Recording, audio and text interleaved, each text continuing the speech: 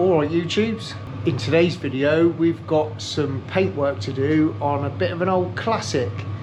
You could probably call it a classic now. It's a Mercedes 190e Cosworth. Bit of a rare old beast. This one is a left-hand drive and it's a manual. This car is a daily car for somebody. They use it every single day. They've had it for years. This vehicle, I've done a total respray on this car probably around 8 years ago. So we've done a full outer body respray. Well, we've done everything. We've done all the kit. We had everything off of it. Full respray, doors inside and out, door shuts. All the body kit was removed. It wasn't like a bare metal shell respray, but it was quite an intensive respray. It had some rotten areas and stuff like that, but we didn't bare metal the whole car. We just went with areas that we could see that had rust and stuff. We done welding on it and repaired everything that we could see. Totally resprayed the whole car. And I done this vehicle I done it in Glazurate 55 line solvent base coat. And at the time I was on Leckler, I used a clear coat called, it was Leckler Mega Lack it was called. And it's held up pretty well, to be fair. Some quite extensive rot underneath some of the kit and stuff like that. So we'd pretty much done everything. Spoiler with elasticizer in it, 'cause it's like a spongy type one. All the satin bits. Satin on the mirrors, satin on the bumpers. So yeah, we've done a full strip down body wise. And like I said, we didn't bare metal the whole car, so now and again a little bit of rust pops up, it pokes his head back through, you know, it's getting on a bit, but it's not too bad. There's a few, you know, blemishes now in it and a little bit of blistering coming up here and there, but it's held up pretty well. I think the clear coat's still got a half decent shine on it, and this car is never garaged, it's used as a daily car, and it's, you know, it's open to all the elements. But yeah, the work we've got to do on it now is there's a little bit of rust popping up just on the corners of the bonnet. It seems to be, it sort of flexes, the grille flexes the bonnet a little bit here, so we've got a little bit of rust to take care of. So we're going to paint the bonnet. I'm going to go into the wings. There's a little bit of blistering showing on these wings, and I think that's it for now. There is a few little bits and bobs around it showing, and the customer's asked me to go round it. I've cleaned it all down, to go round it and let him know of any other areas, and then he's going to decide whether we're going to paint those other areas. But for the moment, till I've got hold of the customer, we're going to be doing the bonnet. So I can't, well, I've tried to get the paint again. I'd like to just buy the paint, you know, I've got no paint left from this job. I want to get it remixed in Glazurate again, but it seems to be quite hard to get hold of. Where I got the paint from this job originally, they've got a mixing scheme somewhere in Birmingham that have still got some tinters in 55 line, but I'd have to send it all through to them, and then they would check to see if they can mix it for me. So I'm probably not going to go down that route. I'm probably going to do it in solvent base coat. And I haven't got Mega Lack clear coat anymore, so I'm not going to be using the same paint, which I would have liked to just use the same paint, you know, but it's what it is. So I'm going to, you know, use my Spectro, use what I've got here with the MIPA and try and get the match as best as possible and go down that route with it. Again, you know, I could buy the same paint and it's still not going to be a guaranteed colour match. You don't know if things have been reformulated or there was a discrepancy in the first mix or the mix that I have done. So I'm probably better off just going down my route with Spectro in it and seeing what formulas, you know, I've got in MIPA and doing it that way, and maybe a bit of blending, you know. I had a quick look, there is one colour chip and it doesn't look too bad, but yeah, I will use a Spectro and go down that route, I think, with it, instead of just buying in a blind mix and hoping it would be the same as the mix I already had. This car's mechanically sound. He drives it everywhere. It's used all the time, so it's a well used classic vehicle, which is what they should be used as. You know, they shouldn't just be sat around, they should be used. And he puts a fair few miles on it, and it's a real good car, to be fair. Everything's original. and all the leather's good, and yeah, drives really well. The guy just keeps on top of it all the time, and you know, I'd love to give a guarantee for a lifetime on my paintwork, but it's a bit hard to give a lifetime guarantee on paintwork. So it's sort of a bit of maintenance. It comes in for a bit of maintenance and a bit of tidying up here and there. I'm sure I've got a few pictures of this job when we've done it, so I'll dig them out and stick a few pictures up. I'm just going to start with this bonnet, obviously, get the grill off, get the jets out, and have a look to see what that rust is like underneath.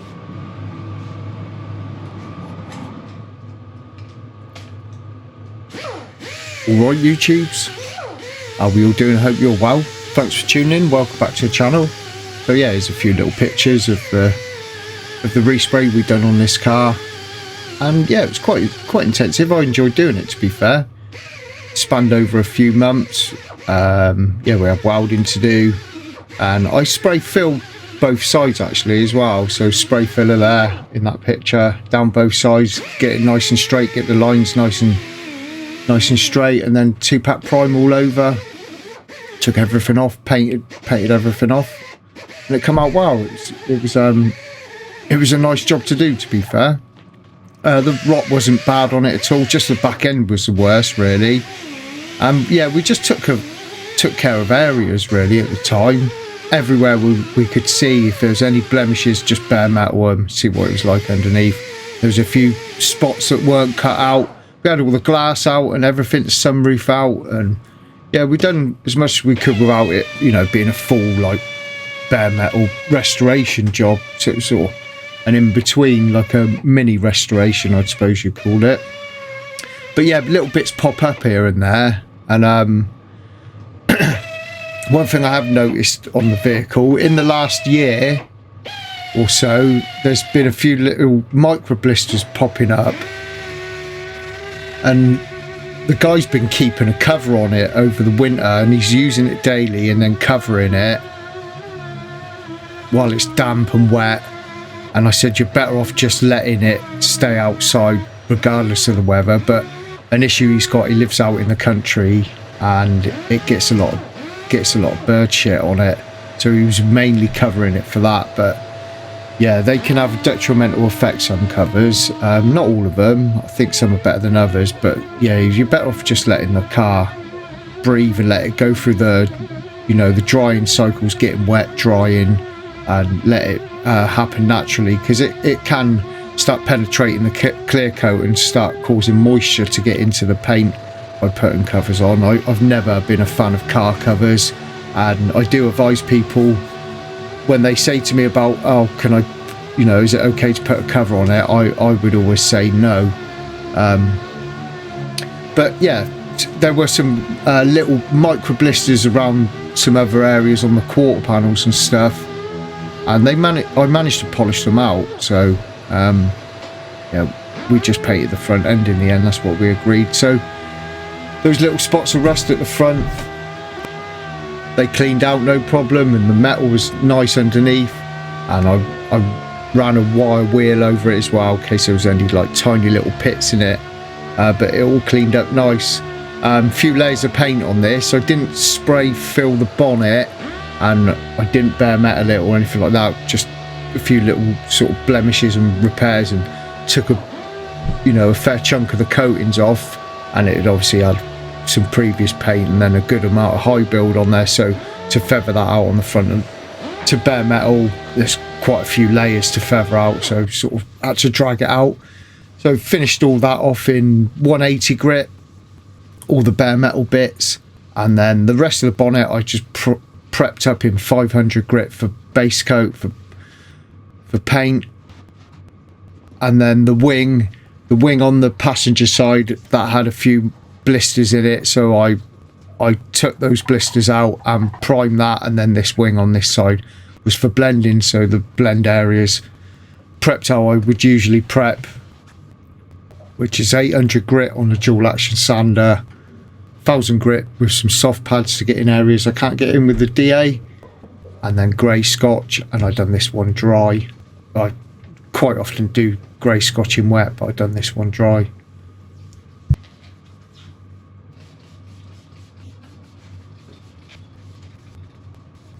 So once all the prep's done, give it a good degrease all over with solvent degreaser. Get it all nice and clean and get it masked up, ready for primer. So I'm just going to spot prime the front of that bonnet and the little area on the passenger wing. Well, you call it the driver's wing on this car, being left-hand drive. Just get those masked off for a bit of spot priming.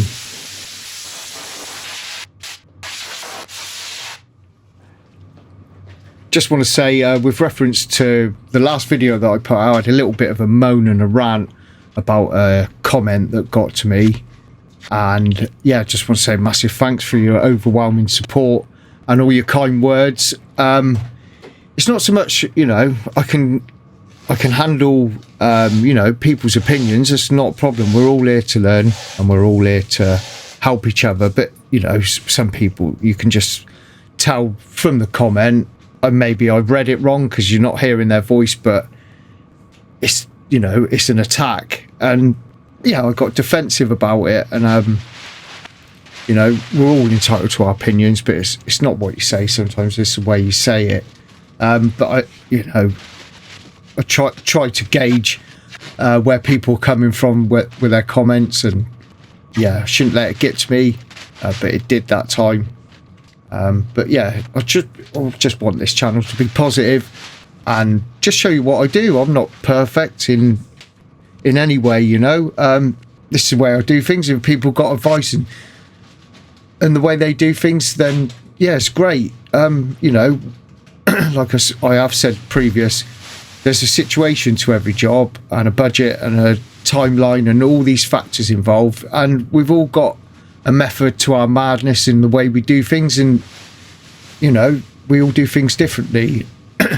And in a perfect world we would do everything by the book and how it should be done, but things aren't like that. It's, you know, this channel, it's the real world. It's, you know, it's how I do things, and I'll openly show and admit when things have gone wrong and I've made the wrong decision. And it's quite hard to make decisions sometimes. You know, you got a lot of factors involved, and you know, I try to look at the whole picture. I wouldn't just run in with a comment saying you should do it like this and it should be done like that and you should have done this bit and that bit. It's sort of not the real world. We're not for me anyway, because I haven't got anyone telling me what to do. I've got to make all these decisions myself, and sometimes it's a real battle trying to make the right decision and finding the right way around situations on jobs. But yeah, that's enough of that anyway. But yeah, I'd like to say thanks again for everyone for all your comments and your support. It really, really does help me to keep continuing making the content. And yeah, I enjoy it, and I love showing people the jobs and the scenarios that are involved with the jobs as well, not just putting the paint on the cars and all the rest of it. There's always a little story or something around the job that goes with it, you know, so I like to show all that as well. I want to be transparent and open and honest about what I do here and show that I can only be myself, and I just, you know, try to be myself constantly, no fluff. Show the jobs, you know, if something goes wrong with a job, I'll show it. Issues with a job, I'll show it. If it goes right, I'll show it. If it goes wrong, I'll show it. Yeah, just trying to be honest with the channel and not bamboozle people into thinking I'm something I'm not. You know, it's called the humble paint sprayer. You can't really call yourself humble because it pretty much means that you're not humble if you're calling yourself humble, but I try to humble myself every day, sort of have a reality check and look at where I could have improved, and I always hold my hands up. If I've done something wrong or said something wrong, I'm always gonna admit my faults. So there we go. Also, which is really rude of me, to be fair, is I've got 2 members to the channel, so they're paying to be members, and I'm just going to give them a shout out. So Adrian Deb 2710 is a shout out for you, mate. Thanks for being a member and joining. And also Chris Scully 2335. has also been a member for nearly a month now, I think. So yeah, shout out to you. Thanks for being a member. Not sure what I can offer at the moment as a member. I've not really thought about it, to be honest with you, but I may start looking into it, and I don't know, yeah, maybe do some exclusive content for members if I can find time. So there you go, there's your shout out. Thanks for being members, and thanks for all your support. So with regards to priming this, the primer I put on this, it's a MIPA products. If you're not regular to my channel, all my paint products are MIPA. So this primer is it's an epoxy primer. It's called EP Grunder Filler, which is an epoxy primer with, you know, a good filling power to it. I thought it was ideal for this job. It's great for bare metal corrosion protection, and you know, it's got good resistance to stuff, and it's got a good filling power as well. And it's sort of designed to go onto bare metal, a bit for like restorations, designed for filler to go over the top. So if you was doing restoration and bad metal and dealing with stuff you're going to put filler all over, you can put this on beforehand, and it's got good build, and you can key it up and fill over the top of it before you start getting to your next stages of priming and stuff like that. They got a few epoxies, and you know, this one's good for this type of work really. You can paint straight on top of it as well after it's prepped, obviously. So that's what I put on it, EP Grunder Filler. There was another one I was going to use. It's called MIPA Multi Filler, which does what it says on the tin really. That again is good for bare metal and adhesion to metal and corrosion and all that, and it does in multiple substrates, so it works fine straight onto bare metal. Something like this, I'm not going to just go and put what they call high build, their high build, which is 4+1, because it's not great for bare metal. You get away with small little areas of bare metal if you've done filler work. That's more for your crash repair type stuff, you know, for priming filler work and accident damage. So yeah, a couple of choices. I could put an epoxy wet on it and then high build, something like that. So there's a lot of ways around these types of jobs.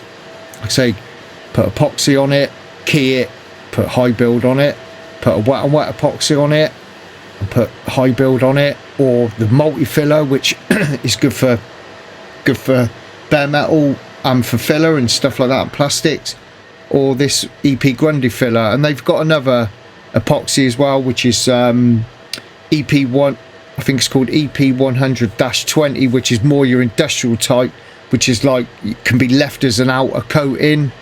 It can be coloured and used as a top coat, so it's more for your machinery and plant and industrial type. So could be used on this. It's quite tough to rub down on, so that's what I put on it. MIPA EP Grunder Filler.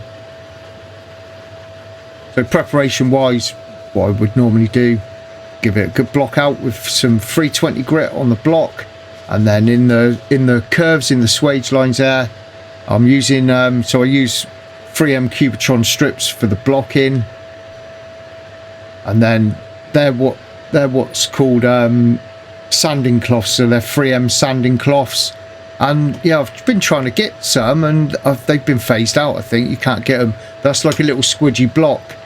It's really spongy on one side and a bit harder on the other side, and it's good for getting in them areas. Those sanding cloths, they're quite expensive, and you only get, I think it's about 20 in a roll, but they last forever, and they're great for dry sanding and a few different grits.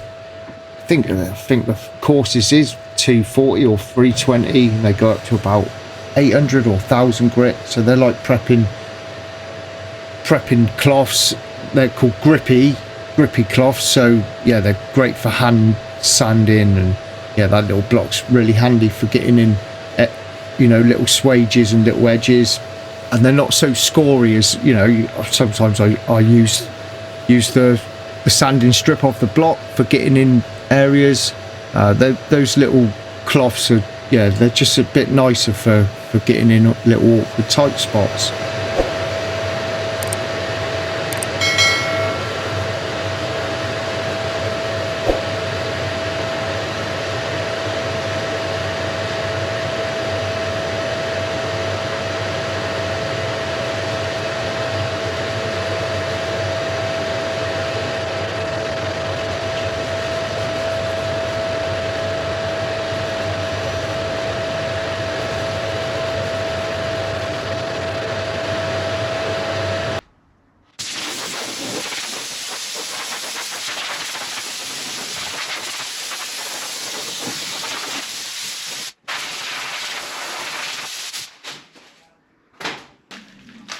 So next stage, get it all guide coated and then run over it all with a 500 DA with a nice interface pad on.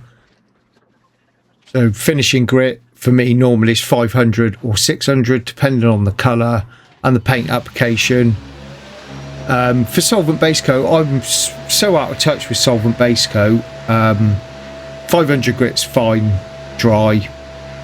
I don't seem to have any issues. The odd time that I do use solvent base coat, but it's very rare for me to use solvent base coat now. But preparation's pretty much the same for both. I do sometimes finish off with 600 grit on silver colours when I'm using water base. And with the previous videos to this, my videos are a little bit jumbled up at the moment. So the last video I put out was trialing the new One Visit ETR additive for the Meeper water base, and I said in that video you're probably better off finishing off in a bit finer, so 600 grit. So 500 grit for this solvent base coat, and yeah, it's pretty decent solvent base coat, the Meeper one. I haven't got a lot to compare it to be honest with you, because I've been on water for the majority of my career, so, and that's what it's like in this country. Can be quite hard to get hold of solvent base coat, but with this Meeper one, it's the mixing ratio is 2:1, and you can use the 2K thinner that goes in the clear coat, and also they've got a special thinner just for the base coat, and it's called stabilizing thinner, and it's sort of like milky looking, so I use that. It's just aids with the way it lays down and the way the metallic looks. It's called stabilizing thinner, so it reduces any patchiness and cloudiness. So the handful of times that I have used Meeper solvent base coat, I've always used that in it, so again I've got nothing to compare it to, and the paint recommends to use it in it because it's specific for that solvent base coat.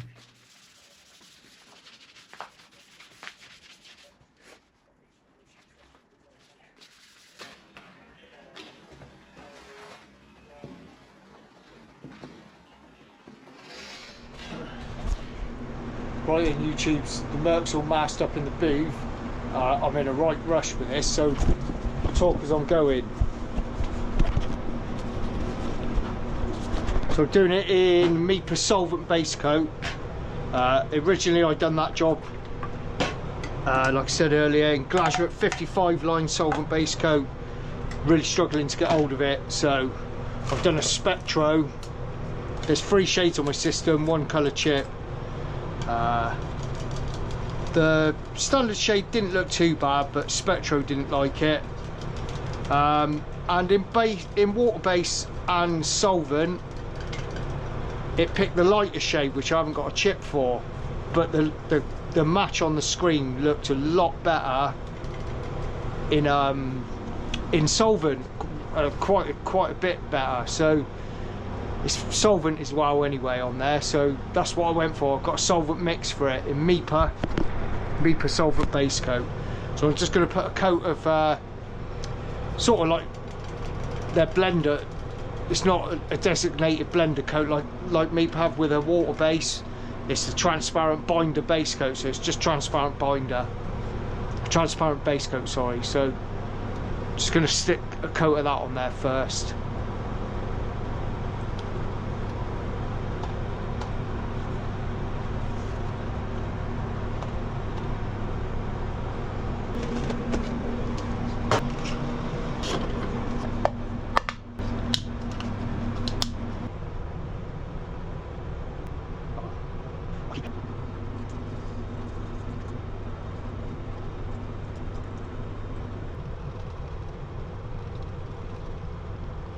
So a base coat gun I'm using is my 4000 Satajet 4000 HVLP. It's got 1.3 brand new nozzle set on it, barely been used.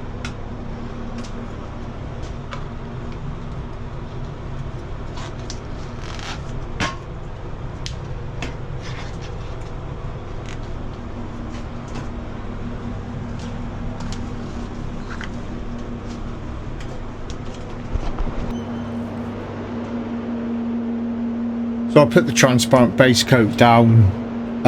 Just it seals in like little micro scratches when you put a a transparent base coat over a job. Not like a wet bed. I'm not using it like a wet bed. Just when you've got some blend areas like on the wings and stuff. That light transition of where you're blending and flicking out.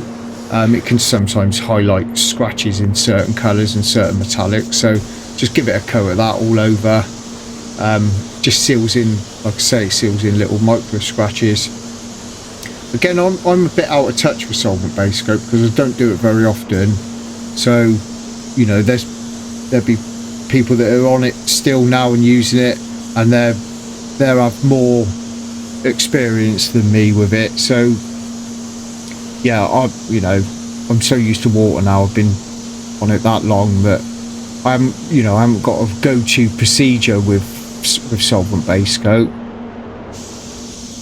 I do find though, to put it on wet. So I do put it on wet initially. Find with solvent base coat, it creates a lot of base coat dust on a job, so there's a lot more tack ragging involved compared to water. In between coats and in blend areas you can see all the base coat dust, so it does require more tack ragging between coats. But I tried to get it on there wet.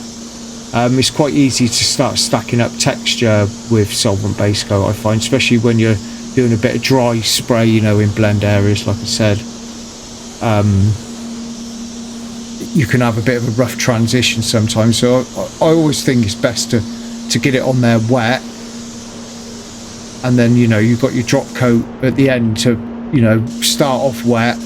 The only downside I think to starting off wet is being solvent base coat with old coatings or little breakthroughs or anything like that. There's a risk of pickling, which you forget about these things when you've been a water base, because water base doesn't really pickle old coatings or attack any breakthroughs or anything like that.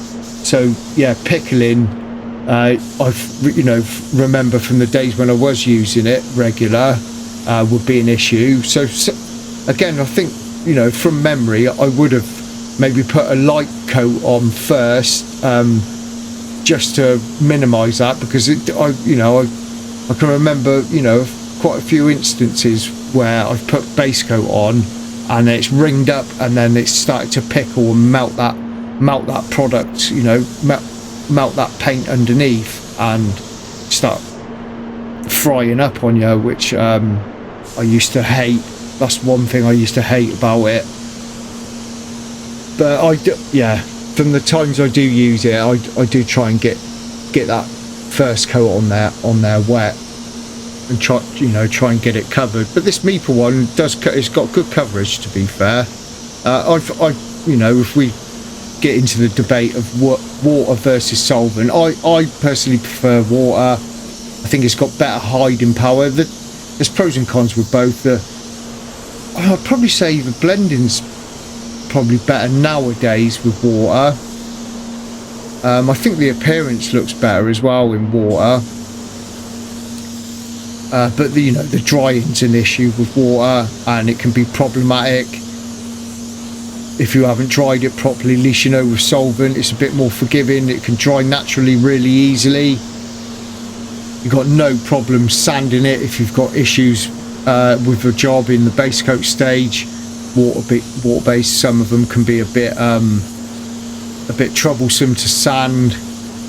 So you've got a few benefits there from solvent. I'd say the sanding of it is a benefit, but the way water applies, it's not very often that you would have to do any sanding. Maybe the odd nib. I used to find when I was using solvent, from memory, I was always there would be always bits that I'd be sanding. It seemed to be a bit dirtier to me, And again, with the base coat dust side of things with solvent, if you've put it on a bit rough and you know transitions in blending, sometimes you'd have to give them a little tickle and put a bit more base over, but you don't seem to have to do any of that with water base. It's like once you know you get it on there, it's pretty much good to go, unless you know you've had stuff land in it. So yeah, there's pros and cons with it. Like I say, I think it's more economical as well in water. Your spread rate, you know, your coverage and your spread rate is more economical in water. And I'm just so used to applying water base that it does feel a little bit alien sometimes, solvent base coat. But you know, we all got our preferences, and yeah, certain situations solvent base coat's definitely better for a DIYer in a garage, you know, with limited equipment and you know not having a spray booth and that. Yeah, solvent's definitely a better option than it would be water. So it, you know, different paint applications suit different environments as well. I found with the MEPA as well, if I do spectro stuff and do have it mixed in solvent, or if sometimes I can compare a water base formula to a solvent formula on the system. I can look at both formulas, and quite often the colour accuracy is better in the solvent as well. So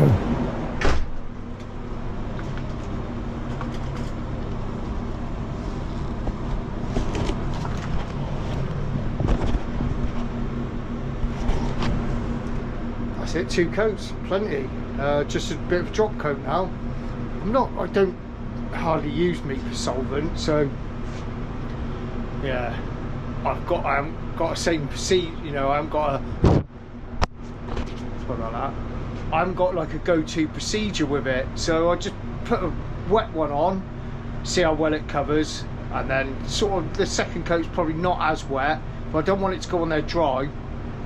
I'm so used to using water based that sometimes it feels a bit alien to me using solvent. So yeah, I put a second one. If the first one looks virtually covered, put a second one on a little bit lighter, but still get, you know, a wettish film on there, because I find, well, with this MEPA solvent base coat, you can build up texture quite quickly with it. So I'll let that flash off now. I'm not used to that. I'm always, with water based, I'm always doing something, because if I'm not applying the paint, then I'm in there drying it. So I don't like blow drying solvent. I know you can a little bit, but you sort of skin it over a little bit. I want it to gas right off. So yeah, it's at 25 degrees, so I'm going to leave it now for a good probably 10 minutes, and then drop coat. I can't remember looking at the date sheet. I might have a look in a minute actually. I think it's about the same pressure. I'll probably do drop, that was at 2 bar, just under 2 bar probably on that gun, so I'll probably drop it to about 1.8 for the drop coat, and you know, try not to over drop coat it again, because I find with solvent you can add a good bit of texture easily with solvent compared to water, and obviously that has a detrimental effect a little bit on your clear coat. And yeah, clear coat I'll be using on this is I'll be using CC9 on this, and I'll be putting it on with the X, let that flash off, and then we'll get on with the drop coat and the clear coat. Hello, it's me again. I thought while I'm waiting for this to dry off, I thought we'd chew the fat a little bit, even though I am actually talking to myself. But anyway, I always do that. I'm always talking to myself. I'm always on my own, that's why. So how are we all doing? We all right? What to say now? Yeah, with regards to, I suppose, water based versus solvent, I prefer water. I've been on it that long. I've been, good 3/4 of my career probably been on water. So I've been painting since I was 14, so I'm 49 now, so you do the maths on that, 34 years, something like that. And I did start a little bit with cellulose, and then 2-pack was coming in then. 2-pack direct gloss was popular, 2-pack metallics were out, and 2-pack clear coat. So done a little bit of work initially when I was, you know, when I first started when I was 14, 15, with cellulose, solid colour cellulose, and cellulose clear, and then base coat, solvent base coat. And yeah, I've done that for a few years, then left school, done my apprenticeship, and that was all at college. It was all solvent base coat. They were keen on the 2-pack metallics. I think a lot of Vauxhalls at the time were done from factory in 2-pack metallic, because if you polished them, they'd change colour. So yeah, done a little bit of that, and then I can't remember what was the next shop. Next shop, yeah, it was solvent, and it was probably the shop after that. So I was probably in my early 20s. Yeah, it would have been about 21, 22. I would have been. We were solvent base coat scheme, and then we had a water based scheme put in. We was on De Beer and Speed Secker, and we had a Speed Secker water scheme put in, and we had De Beer 2K and we had De Beer solvent base coat, and they took the solvent base coat Speed Secker scheme out and put water in. And I was still, you know, I was still in my learning stages then. Well, I'm always in my learning stages. We're always learning, always changing. But anyway, yeah, the experienced painters in there had like the demo week with a rep. They hated it. The booths weren't set up for it then. We didn't even have blow dryers, not really. And yeah, it was understandable. We was getting problems with jobs. It was the early days of water as well. First generation of it. Just couldn't get it dry. Oh yeah, they were pulling their hair out. So as soon as the rep finished that week, they weren't touching it. And I had a go with it, and yeah, didn't really get on with it that well. But I was keen to. Well, I was probably a bit younger. I was keen to get into it, you know, and get to grips with it, because the rep done a couple of jobs, and yeah, we was quite impressed. They seem real, you know, they seem really clean, and the overall top coat finish looked better to us. But yeah, guns weren't right for it at the time, so they bought it out, and the guns weren't right, and mixing solvent, you know, having a base coat gun, mixing solvent and then water.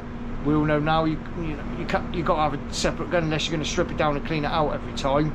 If you're flicking between the two, which ain't going to be really in this country, because most of us got to be on water base anyway. So yeah, that side of it, and yeah, that, you know, not having the right guns and everything didn't help.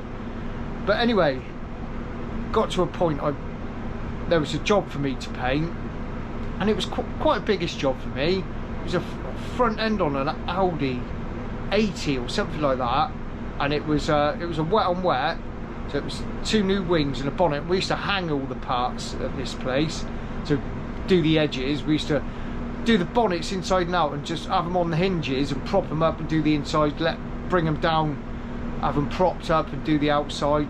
So we done wet and wetted it, and I'd done it, I'll never forget, it was like a sort of darkish pearl blue. Must have been like an Audi 80 convertible or something like that. It was a fair few years ago, mine. And I painted it, and you know, the foreman, Barry, God bless him, he was fantastic. He was. I learned so much off him. Fat Barry was his nickname. And he said to me, do you want to have a go at that in water? And I went, yeah, I'll have a go at that. So I cleaned all my gun out, everything got all ready. It used to take a long time to paint, for me to paint a job. And yeah, done it in water, done what I thought I'd learned from the rep. Got it all covered, and must have, you know, got it dried properly and everything, and then clear coated it. And I was amazed by the job, to be honest with you. I was really happy with it. It come out really well, really clean as well. And old Fat Barry come in, and he went, mate, that is fantastic. What a job you've done there. And I used to get a bit of shit off the foreman of the whole garage, like, because we had mechanics, panel beaters obviously, and all that in there. And he used to like really get at me. He used to call me Ricky. I had long hair at the time, and he used to call me Ricky because of Ricky out of EastEnders. and he was always giving me shit because I was a young'un, and Fat Barry couldn't wait to go and tell him, because he was always putting me down in a way, saying like, oh, he ain't allowed to paint that, he ain't allowed to paint this, you need to paint it. And Barry would always want me to, he kept pushing me and pushing me, you know, even if I was out of my comfort zone, he'd be like, no, you can do that, you know, if you get any problems, I'll help you. And even when the other guy, Ray I think his name was, would say to Barry, like, don't let him paint that, he'd go, no, he won't, but he used to let me paint it. And anyway, I weren't supposed to be painting this Audi, but anyway, it come out great. And Barry was really pleased with me, and like, you know, he was really giving me loads of confidence, Barry did. So he went in and said to, he went to Ray and said, oh, do you want to come and have a look at that job on this Audi? And he went in there, and he went, apparently I didn't go in there, but what Barry told me is he went in there and he went, oh, Barry, you've done a fantastic job on that. And then he said to him, yeah, this done in the water base as well. And he went, really? He said, well, it's good stuff, isn't it? He said, you've done a lovely job on that, mate. And just as he was going out, he sort of said, well done to him. Just as he was going out, and he said, Ricky painted that one. And he sort of done a double take at him, and he said, no, he never. He said, yeah, he did, and he done it in water. And yeah, that's just a little story. And from ever since then, he was a bit nicer to me, to be honest with you. But there you go. Anyway, I spent a good 8 minutes of waffling.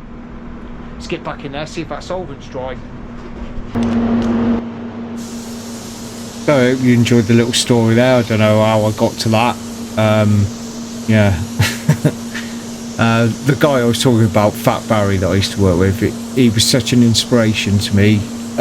In the early part of my career, I learned so much from him, so many little tricks and ways to get round stuff. The guy was about 26 stone. You know, I'm not knocking him, I absolutely loved him. He was fantastic. He ended up, when he sort of got forced out of the place he worked in the end, probably because they were worried about health issues. When the company took over, actually, he ended up being a tutor at college, which was ideal for him, because whoever had him as a tutor at college, I pretty much guarantee they would have been a good painter. He just knew everything. He had so much experience, and he was really encouraging. He was an absolute fantastic bloke. But yeah, he was that large that the belt on his respirator on the maximum setting wouldn't go round him, so he converted it using a seat belt out of a car. It's just little things like that. I'm not like taking the piss out of him, because I respect him and love him. But yeah, he was a great bloke, and I was so lucky to come across him, you know, in my career, because I owe a lot to him, to be fair. And I don't think if I hadn't worked with him and you know, learnt the things I learnt from him, I might be a different painter today. He was an absolutely awesome painter, and yeah, really privileged to have come across him in my career. So yeah, his name was Barry Carter, and he was from a place called Devizes.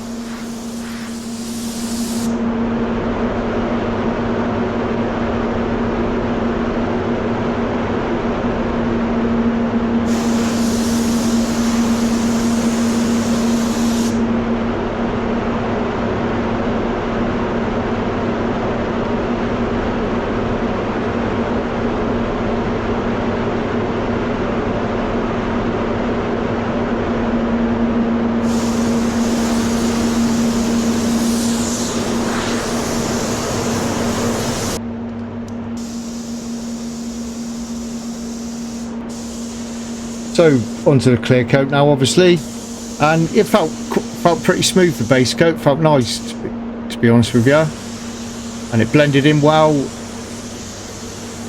and the appearance and all the rest of it looked really good.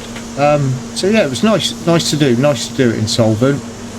Yeah, nice to hear what people think in the comments. You know, let me know what you think, whether you're still on solvent, whether you use both, whether you're just on water, and what your preferences is, and you know, your opinions on the pros and cons with both types of paint. You know, in this country it's almost sort of phased out really, so you know, I'm painting an old car in an old-fashioned way, I suppose, in this country, but you know, in other countries it's still perfectly widely available, and yeah, no issues with using it. But yeah, this country's yeah, we've been, well, I suppose the EU, I suppose we've been getting away from solvent-based coat for quite a while. You know, having the luxury of a booth and having heat control and you know, air movement and stuff, then I prefer water. But in a different scenario, if I was painting in an open garage and stuff like that, I have done it, you know, using hair dryers and stuff, and it's not ideal. You know, I definitely say solvent is a safer bet. Or if, you know, if you're learning and DIYing and stuff, definitely solvent is the better choice in those scenarios. You do need a bit better setup for water, and yeah, you can run into trouble with it. It's a bit more forgiving, solvent, if you do get into trouble. So yeah, there's pros and cons with both applications, but they both work. It was quite enjoyable to do this in solvent, and because I'd done it in solvent originally, I wanted to stick with that really, and have a reference. I don't know, it would have been fine if I got a good colour matching water base. It would have been fine, but because I painted the whole car in solvent, I don't know, I just wanted to stick with that route. Probably not that critical that I did, but it would have worked in water, I would have thought, because I don't know what's on every car when I paint it. You know, if I'm dealing with a car that's had previous paint, who's to say it hasn't been done in solvent? So that, yeah, there's no issues with mixing and matching, putting water base on areas that a car might have solvent on. I just wanted to go down the solvent route because that's how I done it. No other particular reason apart from my overthinking anal brain sometimes. So I'm going to leave it there with you. You can watch the rest of the clear coat going down. Yeah, job was fine. Give you a little outro at the end showing you it finished. Yeah, just want to say a massive thanks for watching, really appreciate it. Yeah, with regards to some videos coming up, a couple of people have mentioned on a couple of previous videos how the Astra's getting on. The Copart car is coming on really well. I just got to get a last bit of footage in for this next stage. I'm not going to give any of it away. So once I get that last bit of footage in, I've had a few delays with parts and stuff, and with customers' cars, obviously having to get on with those. But it's coming on really well, and yeah, the next video coming up will be the Astra. So look out for that video when it comes, and then yeah, future videos coming up. It's going to be my progression with the one visit modifier in the Meeper water base, and how I got over some issues that I initially had with it. So a good bit of variety in the up and coming videos. I want to say a massive thanks for watching and all your support. If you like my content, please hit that like and subscribe button if you can to help my channel grow. I'd be most grateful. Thanks for watching, really appreciate it. And we'll see you again in the next one. Look after yourselves.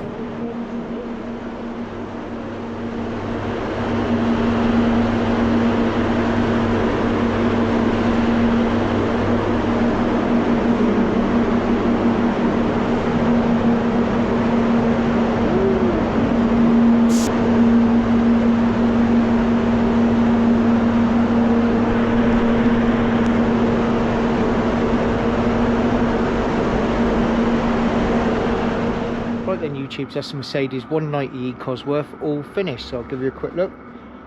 It's come out okay, I'm pleased with it. I know the Spectro's done really well with the colour, yeah. I think it was the right choice to do it in solvent based coat, because that's what I'd done it in originally, and it's all blended in nice. And yeah, sprayed it out, and the colour match is decent. So I've got a good formula now if there's any other work to do on it in the future. And I'll give you a quick look round it. And for 7-8 years old, the paintwork now, it's fared quite well, really, considering it's a daily car and it's used in all the elements. And yeah, not that often a car of this age is used all the time, and it's probably the best thing for it, really. A few little bits creeping up here and there around the bodywork.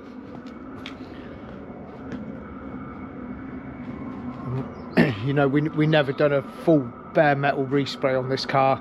We bare metaled all the areas that we could see had rust and took care of those, but it's always going to be the odd bit that creeps up here and there. Yeah, shine's still pretty decent on it. The finish is still there, pretty decent. And yeah, the clear coat I used on this originally was Lekla Mega Lac, and I've seen a few jobs that I've done with it, even on my own vehicles and Reese's car. It's been on there for a good few years, and the gloss has stayed there. Yeah, it was a decent clear coat. I got some good results with it. I used it for a few years, the Lekla Mega Lac, and yeah, I always had decent results with it. It was quite slow drying, but yeah, it had a real decent gloss. It was an ultra high solid, and it could be a bit finicky putting on, but it really polished well, and I was always pleased with the results that I got with it. Yeah, like I say, now I probably couldn't get away with using it. It was too slow drying, really, but it's got a good film build and a real decent gloss. And yeah, like I say, it was an ultra high solid, so you didn't have to put loads of it on. You get a lot of coverage with it. So yeah, decent clear coat. And the clear coat I put on this was MIPA CC9. And yeah, I enjoyed doing solvent base coat for a change. So that's it. Anyway, thanks for watching, really appreciate it, and we'll see you again soon. Look after yourselves. Cheers.